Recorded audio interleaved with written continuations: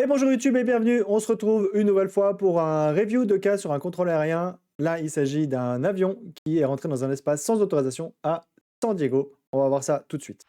Ça a été préparé par la chaîne Basse Aviation.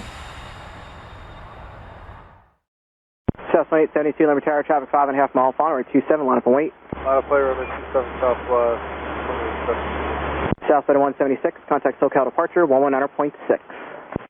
Donc là, plusieurs choses. On a le contrôleur qui parle à cet avion Southwest ici pour lui dire de s'aligner sur la piste 22 et d'attendre, et lui prévenir qu'il y a un avion à 5.5 nautiques final. Et enfin, à cet avion-là, de contacter NorCal Departure, donc le centre de contrôle des départs de la Californie. 67, I'll say it. South 2044, Limber Tower, traffic holding in position, 12907, runway 27, clear to land. Donc là, il parle à un avion potentiellement justement qui est en finale pour lui dire ok, il y a un avion qui s'aligne et qui attend, et le clear to land. Je rappelle, les Américains n'attendent jamais que la piste soit libérée avant d'autoriser les avions à atterrir. 27, 2044.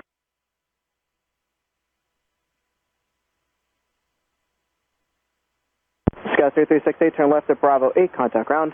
Left Bravo 8 to ground, Sky was 3368.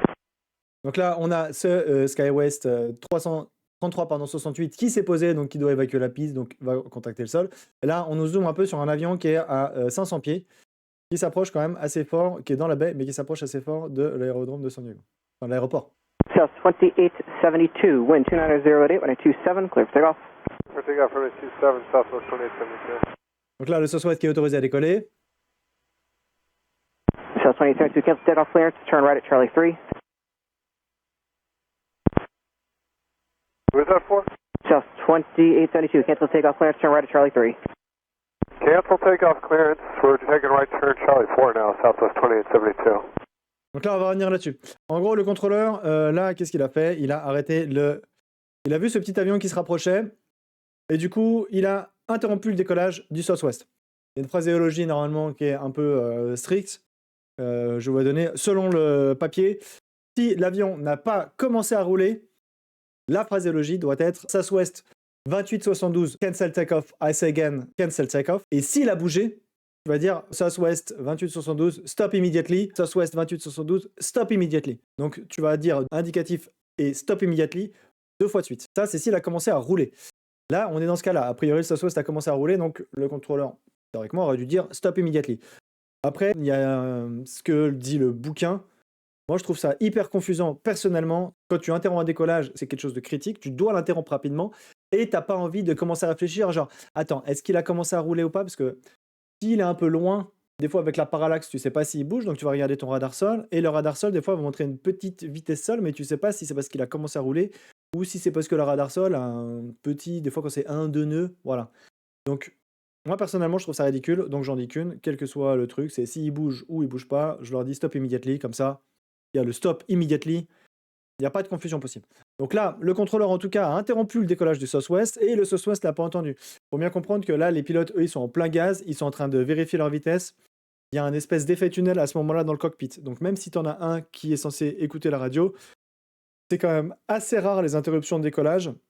Donc ils sont un peu plus focus sur ce qui se passe dans le cockpit, et c'est normal, que ce qui se passe sur la fréquence. Donc là, c'est pour ça, le pilote du Southwest, il a peut-être entendu un truc qui ressemblait à son call sign, mais il n'était pas sûr que ce soit lui, donc... Et surtout, il a entendu une interruption de décollage.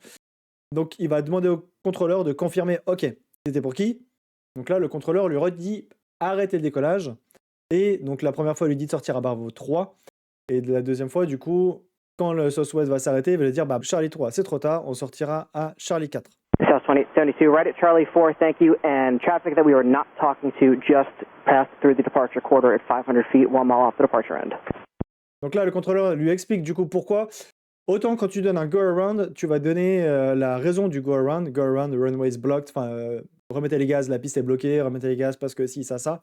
Autant quand tu interromps un décollage, tu ne donnes pas la raison. Tu vas juste le faire s'arrêter, et après, du coup, tu vas lui expliquer pourquoi il s'est arrêté. Alors, je suis désolé, il y a à nouveau une petite faute d'erreur.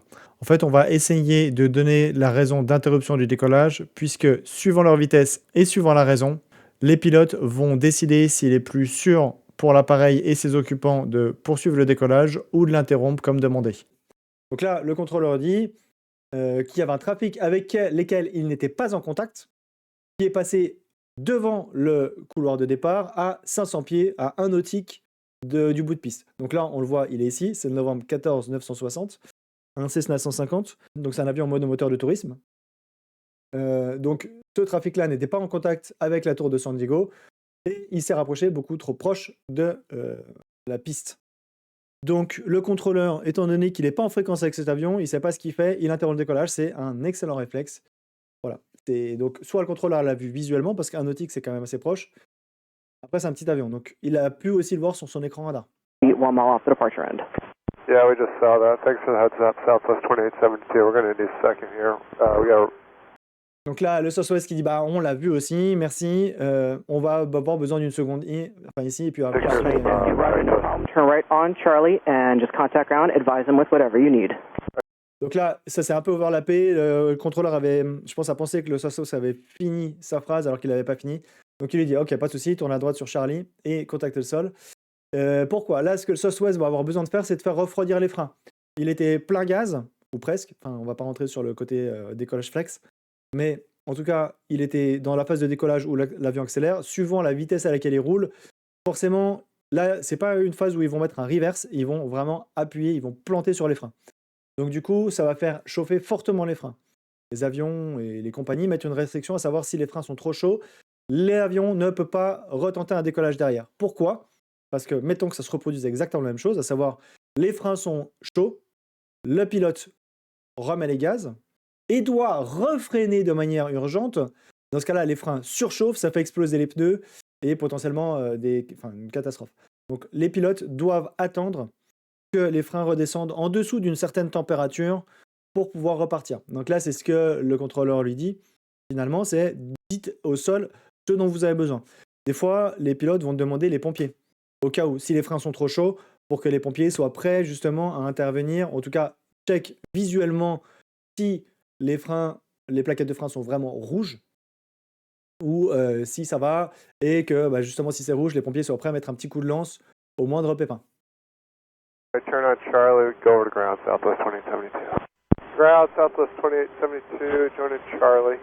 The 2872 Lindbergh ground, taxi eastbound on Charlie, and do you need a few minutes to do some checklists? Donc là, la contrôleuse qui lui dit est-ce que vous avez besoin de quelques instants pour lire une checklist. Donc là, justement, lui, il dit oui, on va avoir besoin de quelques minutes, justement pour dire ok, c'est quoi la checklist, interruption de décollage, ok, les freins doivent être à telle température, enfin voilà. Down on Charlie, we're going to need a couple minutes here for Southwest 2872. Roger, so 2072, I'm going to have you taxi eastbound on Charlie, make a left in Hotel, quick right on Juliet, little mini taxiway over there. The vehicle is over there, and let me know if you need anything. I believe you said Charlie, Hotel, Juliet, and then what was the last part for Southwest 2072? The vehicle over there, and let me know if you need any assistance or need anything. Donc voilà, là, elle lui donne justement une route sur le tarmac, donc des taxiways sur lesquels il va rouler, et il va aller se mettre à un endroit où il y a déjà un véhicule de positionner, potentiellement s'il a besoin d'assistance. Donc, et voilà, si lui dit, si vous avez besoin d'autre chose, vous me le dites. Lui, il dit, on n'aura probablement pas besoin de plus, on va juste faire passer à travers des checklists. Yeah, I probably don't need any assistance. Got to run checklist to Southwest 2072. Roger. Donc là, on a ce petit avion, le novembre 14 96 Québec. Tout à l'heure, je crois que j'ai dit 14 960. Mais voilà, enfin, Québec, je ne voyais pas bien de loin. Donc, il contacte la tour de Lindbergh. 14906 Quebec is rounding point Loma below 500. Call tower, standby. Tower Series 41 Whiskey Tango, we have the traffic inside, we're at Point Loma, Whiskey Tango. Donc là, ce 43 Whiskey Tango qui dit on a le trafic devant en vue et on passe le point Loma. Donc là, ils sont avec la tour de Lindbergh qui est celle de San Diego. An aircraft, VFR aircraft calling, say again. Donc là, c'est plus la même voie que tout à l'heure. Il y a potentiellement eu un handover, c'est aussi peut-être pour ça qu'ils font un stand-by. Et donc, le contrôleur lui dit voilà, répétez ce que vous avez dit. Cessna 14906 Quebec is at Point Loma. Number 1496 Quebec, Lindbergh Tower, ident. Donc là, on ne le voit pas sur le radar, donc peut-être que le contrôleur ne le voit pas non plus. En tout cas, il n'est pas sûr. Donc, ident, c'est simplement... en fait, sur les transpondeurs à l'intérieur des machines, il y a un petit bouton qui s'appelle ident, et en fait, ça va faire flasher, nous, sur nos écrans radar. Donc, ça permettra d'identifier directement quel est l'avion, enfin, où est l'avion qui nous parle. Ident, 96 Quebec. Donc là, Bird elle Tower, confirme. Cirrus 413 Whiskey Tango 500 at point limo with you, with the traffic in sight as well. Donc là, du coup, lui revient au niveau de la tour pour dire ok, nous on est là et on a toujours, enfin, on a le trafic en vue. Toujours. Là, on revoit le 1496 Québec. Cirrus 413 Whiskey Tango, limit tower, roger, maintain visual separation, clear through San Diego Clash Bravo airspace, offshore to below 500, altimeter 3004. Report Crystal. Donc là, le contrôleur qui va lui dire gardez le visuel sur l'avion de devant, comme ça il sépare ces deux avions VFR. Théoriquement, dans la classe Bravo, tu dois séparer les VFR entre eux.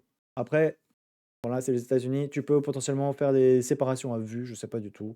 Voilà, en tout cas, ils les autorisent dans la classe Bravo, qui est une classe d'espace aérien. Je remettrai un lien vers un tableau qui explique les différentes classes d'espace aérien.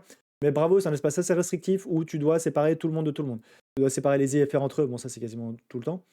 Mais tu dois séparer les IFR des VFR, ça tu dois le faire déjà en Charlie. Mais en plus en Bravo, tu dois séparer les VFR des VFR. Et la classe Alpha, les VFR sont strictement interdits.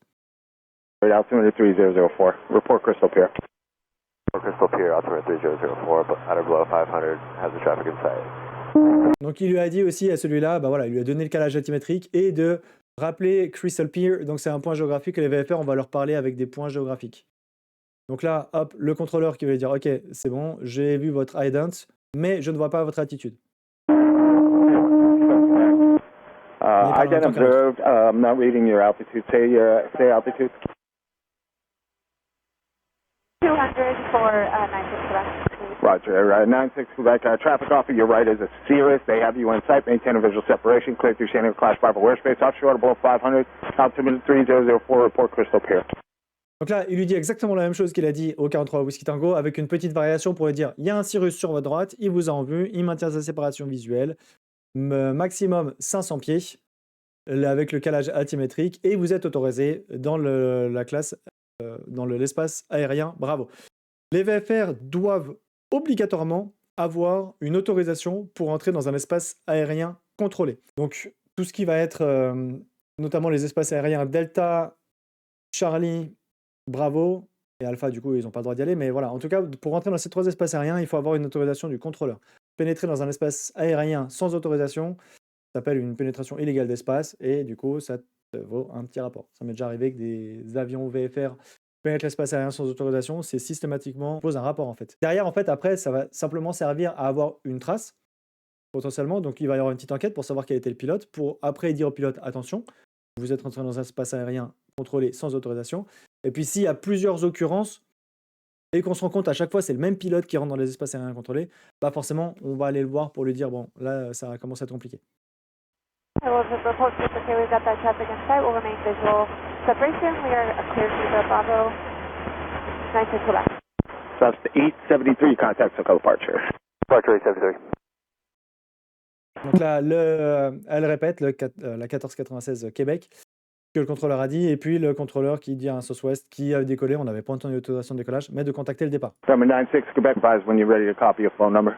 We're ready to copy that phone number. 96 Quebec. Donc là, le truc qui fait, je pense, flipper tous les pilotes américains. Rappelez quand vous êtes prêts à noter un numéro. Donc là, justement, ils vont discuter avec elle pour lui dire, écoutez, vous êtes rentré dans un espace aérien contrôlé sans autorisation. On peut les voir, en fait. Hop là. Là, c'est un peu barbare, mais du coup, ça, c'est les cartes qui sont accessibles au VFR. Et vous avez justement la carte ici avec les espaces aériens. Donc toute cette partie-là, c'est un espace delta. Donc on voit qu'elle était passée ici, donc dans un espace delta. L'espace delta qui va de la surface à 3300 pieds, de 4700 pieds à 10 000 pieds. Donc elle était complètement dans l'espace aérien contrôlé, sans être en contact avec le contrôleur de cet aéroport. Et donc, du coup, bah, c'est une pénétration illégale d'un espace aérien. Donc là, ce que le contrôleur lui dit, bah, voilà, c'est qu'il va falloir appeler. Et donc, après, ici, dans cet espace-là, en fait, c'est l'espace delta. C'est à partir de 2800 pieds, cet espace delta. Donc, tout ce qui est en dessous de 2800 pieds, il n'y a pas de souci. Les avions peuvent y aller sans autorisation. C'est pour ça que les avions, bah, à 500 pieds, il n'y a pas de souci. Par contre, là, les avions avaient l'air de vouloir remonter ici sur la côte. Donc, repasser dans cet espace Bravo. Donc là, ça signifie qu'il faut demander l'autorisation à la tour de contrôle pour entrer dans cet espace-là. Remember 96 Quebec, there's a possible pilot deviation. You need to call 619-299. Donc là, on lui a dit possible pilot deviation, donc il faut falloir rappeler ça. We got the number, 96 Quebec. 79 Quebec, Roger, leaving Bravo airspace for exchange approved. Donc là, on la voit pas, mais a priori, elle est en train de quitter l'espace Bravo, donc le contrôleur a dit, il n'y a pas de souci, tu peux quitter la fréquence. Par contre, il va falloir qu'elle appelle. Pourquoi aussi également, là, je vous ai dit, les contrôleurs ont sûrement changé. Le premier a dit stand-by. Pourquoi? Parce que le premier contrôleur a fait une interruption de décollage, il a vu un VFR qui passait proche. Quand tu travailles dans la tour de contrôle et que tu vois ton collègue qui a un truc comme ça, tu vas lui proposer assez rapidement de dire « Ok, est-ce que tu veux que je prenne ta place ?» Parce qu'il a eu potentiellement un pic de stress extrêmement élevé de manière extrêmement rapide. Donc en peu de temps, il est passé de 0 à 100 en termes de stress. Donc ça va lui demander peut-être un peu de temps pour redescendre. Donc tu vas lui dire « Ok, bah vas-y, si tu veux, je te remplace. Toi, tu vas te mettre sur une position qui sera peut-être un peu moins critique. Par exemple, clearance delivery, où tu vas donner les autorisations, les routes de départ aux avions. Ou carrément, si tu peux, l'envoyer en pause. Ben voilà, tu vas essayer de le remplacer assez vite. Et donc là, c'est a priori ce qui a été fait. Et ce qui est très bien. Voilà. Merci en tout cas d'avoir suivi. J'espère qu'elle vous a plu. N'hésitez pas à mettre un commentaire ou à mettre un pouce bleu. Et je vous dis à la prochaine. Ciao, ciao!